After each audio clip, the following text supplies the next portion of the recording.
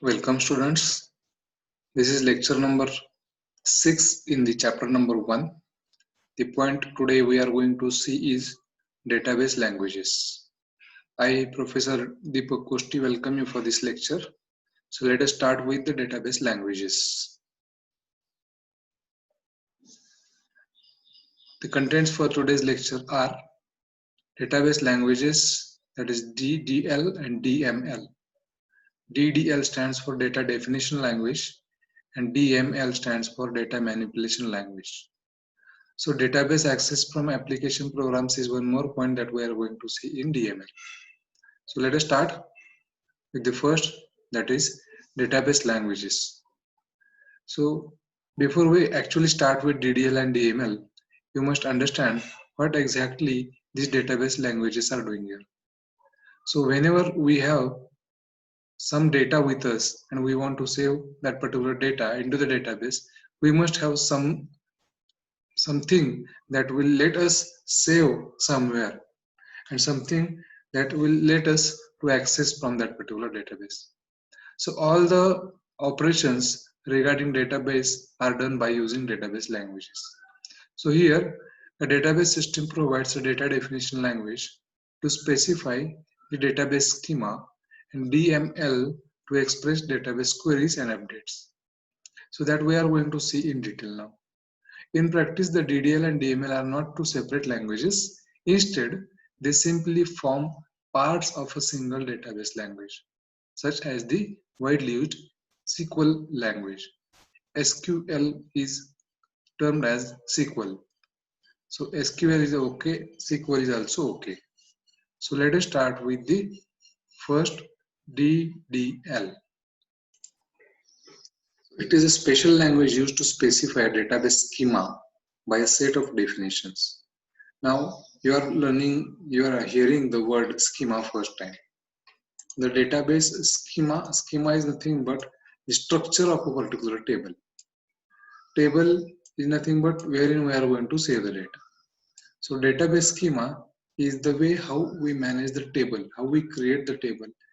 The records, we call it as, now here I will explain. Roll number and name are the two columns. So each record is nothing but, suppose I have roll number 1 whose name is something. This particular record, this particular row in a table is called as row record. So the database schema is nothing but the table how it is managed.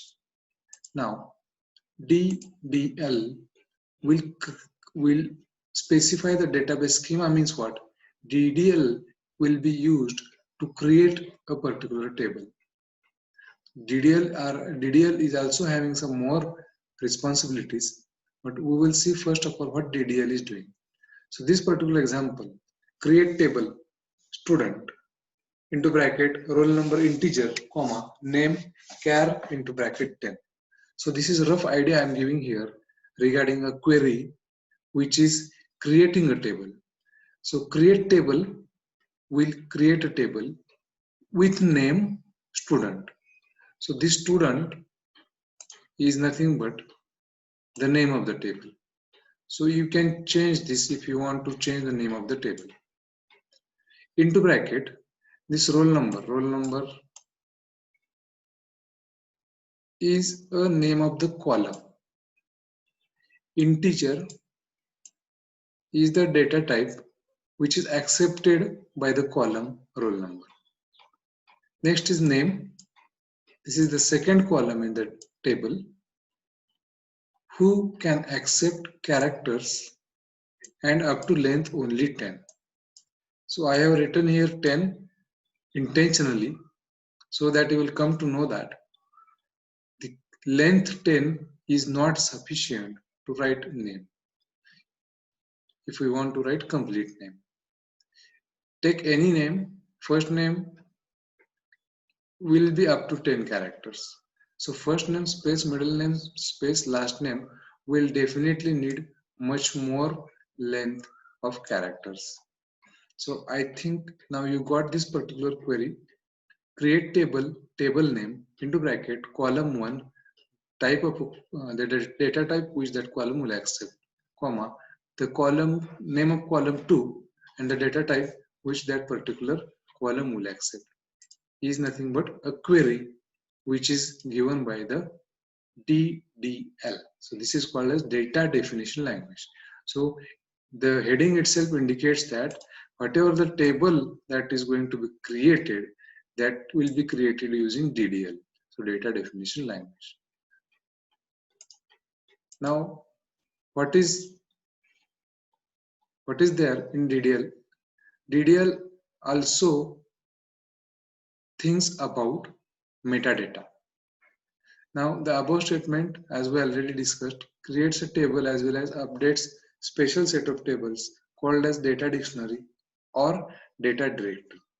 Now, what is meant by data dictionary and data directory? That we'll see.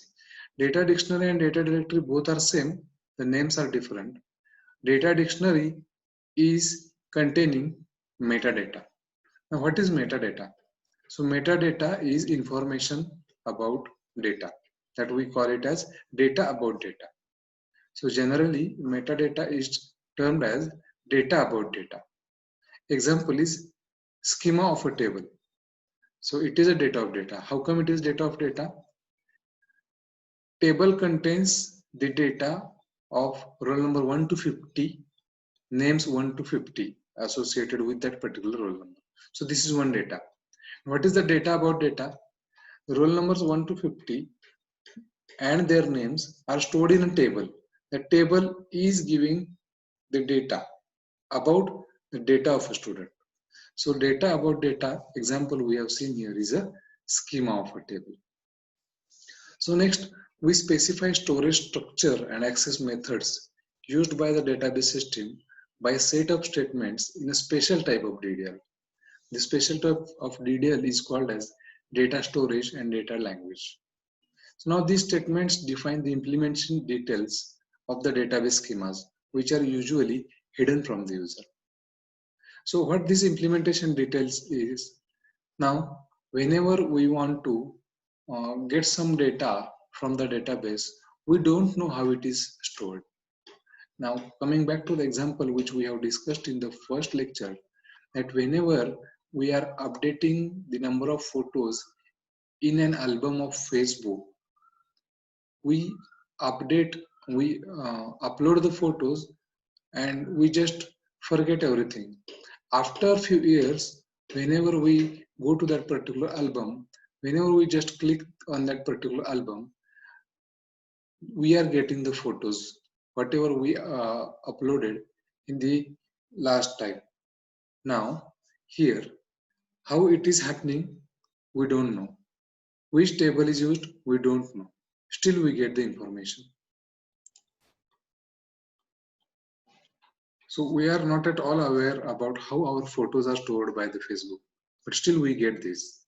So this is called as implementation details are hidden from the user. DDL also provide facilities to specify the constraints. What are constraints?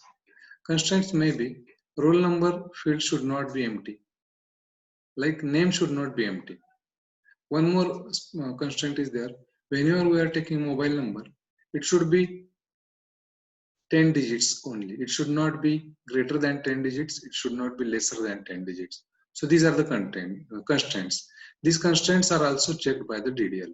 So data definition language is very much important to define the table. Now next is DML, data manipulation language. So what this DML is doing? DML is nothing but the language for manipulation of data. So manipulation is nothing but retrieval, insertion, deletion, and modification. So the DML contains the retrieval of information stored in the database. So whatever example we have seen, the photos of the album in the Facebook, that we access is nothing but retrieval of the information. Insertion, so whenever we uploaded the photos, is called as insertion of the new information. Whenever we don't want a particular photo to be there in the album, we delete that photo. That is nothing but deletion. Sometimes, take some other example. Whenever we have a table wherein the marks of particular students are saved. Now that particular student was having KT. Now he cleared that KT. If he clears the KT, the percentage will definitely change. So the result table will change and result of a particular student will be modified.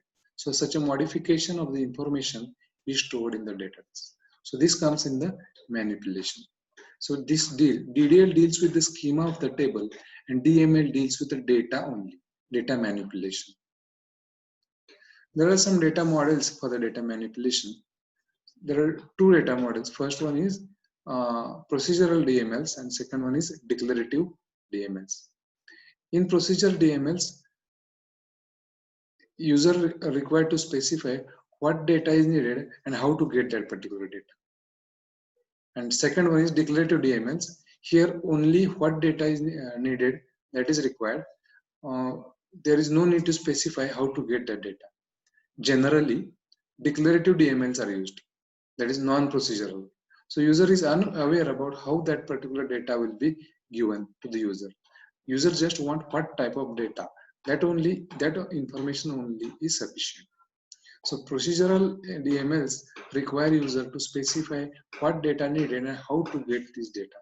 Whereas declarative DMLs require user to specify what data needed and without specifying how to get that data. So these are the two data models that DML is having. Now database is also accessed from application programs. So application program means C, C++, Java, whatever we use to design a particular application. So from any application, we can get the data. How? That we'll see in the next slide. But let us see the example. If a particular program for banking is written in Java, now Java language must be able to access the database. Why? Because banking needs fund transfer. Banking also needs account information updation. So all these things are taken care by the application programs. So now how the application programs will work? Now there are two ways to do this. First way is by providing an application program interface, the forms and everything, or by extending the host language syntax to embed DML calls. So first way is to give the form view and second way is to give the DML calls. So SQL is directly embedded into the language. So these are the two different ways we access the data from the database using different languages. Concluding remark for this particular lecture, we have seen what are different database languages, DDL and DML, and how we are going to specify table and how we are going to handle the data in the database using DML. Thank you. Happy learning. Do visit the blog to get all the study material. I'm taking the contents from the database system concept books as given in the footer. You can check it out. Thank you. Thank you very much. We'll meet in the next lecture.